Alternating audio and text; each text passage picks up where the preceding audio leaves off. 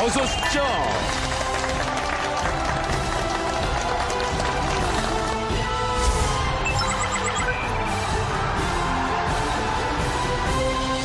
네, 어서 오십시오. 아유, 반갑습니다. 네. 뼈 건강을 이야기하는데 부족하면 비타민 박사님이 그래서 나오셨습니다. 비타민 좀 중에서도 놀랐습니다. 비타민 C 왕이라고 뼈 건강과 비타민 이게 연관이 있는 건가요? 네, 그럼요. 네. 건강한 뼈를 유지하기 위해서는 가장 중요한 것이 바로 비타민 D입니다. 오늘은 뼈를 튼튼하게 하는 씨앗이라 할 수 있는 칼슘과 더불어 최근에 이제 기적의 비타민이라고 말하고 있는 비타민 D에 대해서 자세하게 설명해 드리겠습니다. 오늘 딱 나오신 거 보니까 오늘의 본론은 비타민 D인 것 같습니다. 그러면 시작을 우리가 가뿐하게 칼슘으로 한번 시작을 해보죠. 네. 뼈 건강에 칼슘이 중요하다는 거는 누구나 알고 있는 얘기잖아요. 그렇다면 오늘은 어떤 또 새로운 얘기를 해주실 겁니까? 뼈 건강에 칼슘은 너무나 당연하죠. 칼슘은 뼈를 튼튼하게 하는데 꼭 필요한 재료이자 우리가 건강을 유지하는 결국은 영양소 중에 하나예요. 뼈라는 게 뭐예요? 단단하잖아요. 근데 어느 때는 또 약해서 골절도 돼요. 그거는 바로 칼슘의 농도에 따라 그렇게 변화가 됩니다. 칼슘이 많으면 단단해지고 칼슘이 적으면 약해지는데 그런데 이런 그 칼슘 때문에 사망할 수도 있다는 거. 또 알고 계셨습니까? 칼슘 때문에 사망할 수도 있다. 이게 무슨 말입니까?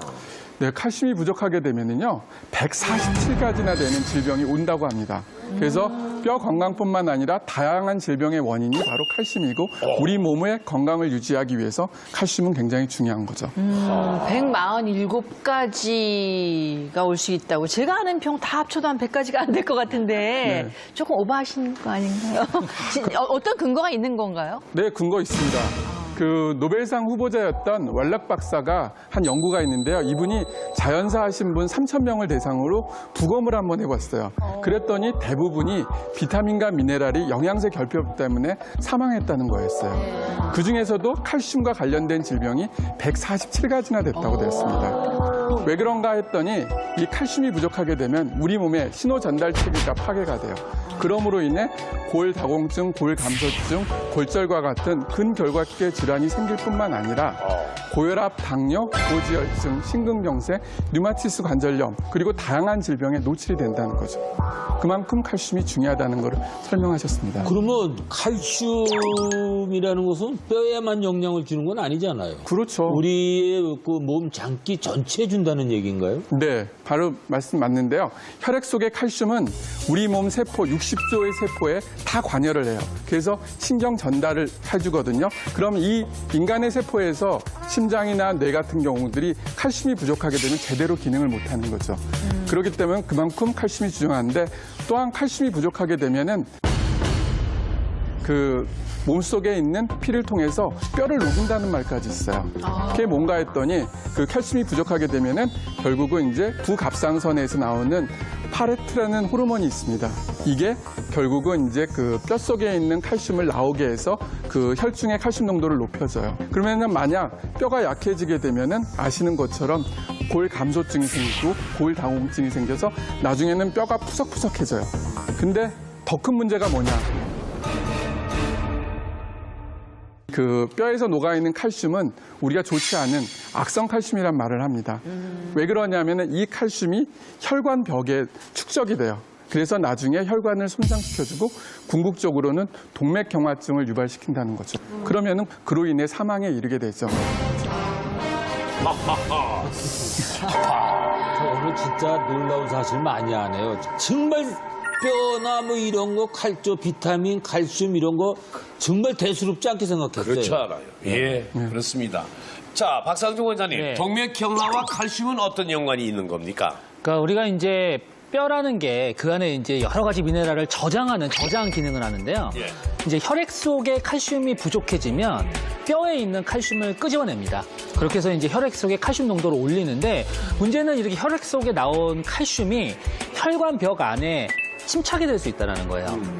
그러면 이제 거기에 이제 칼슘이 쌓여서 거기가 이제 딱딱해지는데 그러면서 이제 그 부분에 또 상처가 날 수 있고 그러다 보면 바이러스라든지 세균 같은 게 또 거기에 들러붙습니다. 그 이외에 여러 가지 물질들이 이제 거기에 들러붙기 시작하면서 점점 거기가 더 딱딱해지고 혈관 내를 막는 거죠. 그러면 이제 그게 혈관을 딱딱하게 하는 게 동맥경화고요. 이게 이제 딱딱해지다 못해서 아예 혈관 안을 다 막을 수도 있습니다. 그러면 그 이후로 가는 이 혈액이 공급이 안 되다 보니까 그쪽 부분에 있는 조직이 죽게 되거든요. 그게 이제 대표적인 게 심근경색. 예, 심장에 있는 혈관이 막히는 거. 그다음에 이제 뇌에 있는 혈관이 막히는 게 뇌경색. 그러니까 그런 아주 무서운 질병으로 이어질 수 있다라는 겁니다. 네. 그러면 우리가 심장병 걸린 게 칼슘 부족으로 걸린 건가요? 아, 글쎄, 피가, 그쪽은 피가 탁해서 걸린 거고. 거기 깨끗해서 걸렸어요? 나는 운동 부족으로 걸린 거고. 무려 147가지 병에 걸리게 만드는 칼슘. 결국 뼈를 위해 칼슘을 챙겨 먹는 것이 성인병을 예방하는 길이다. 맞습니까? 네, 맞습니다. 칼슘이 부족하게 되면요, 당뇨나 동맥경화증 같은 성인병을 불러오는데 그 이유가 뭐냐 하면은 췌장에서 우리가 보통 인슐린이 분비가 돼요. 그럼 인슐린이 분비가 되기 위해서는 칼슘이 들어와서 거기를 자극해줘야 돼요. 그렇기 때문에 당뇨 환자들이 칼슘을 충분히 먹으면은 그 췌장에서 인슐린이 분비돼서 혈당을 떨어뜨려 주게 됩니다. 그렇기 때문에 특히 당뇨 환자들은 칼슘 섭취를 중요시 생각하고 있고요. 즉, 뼈 건강을 위해 칼슘을 섭취하는 것은 결국적으로 147가지의 질환을 예방할 뿐만 아니라 우리가 건강을 유지하는 데 반드시 필요한 꼭 중요한 영양소 중에 하나라는 걸 꼭 명심해 주셔야 합니다. 예. 자, 칼슘도 영양제로 꼭 챙겨 먹는 게 좋겠네요, 그럼. 필요에 따라서는요. 필요에 따라서.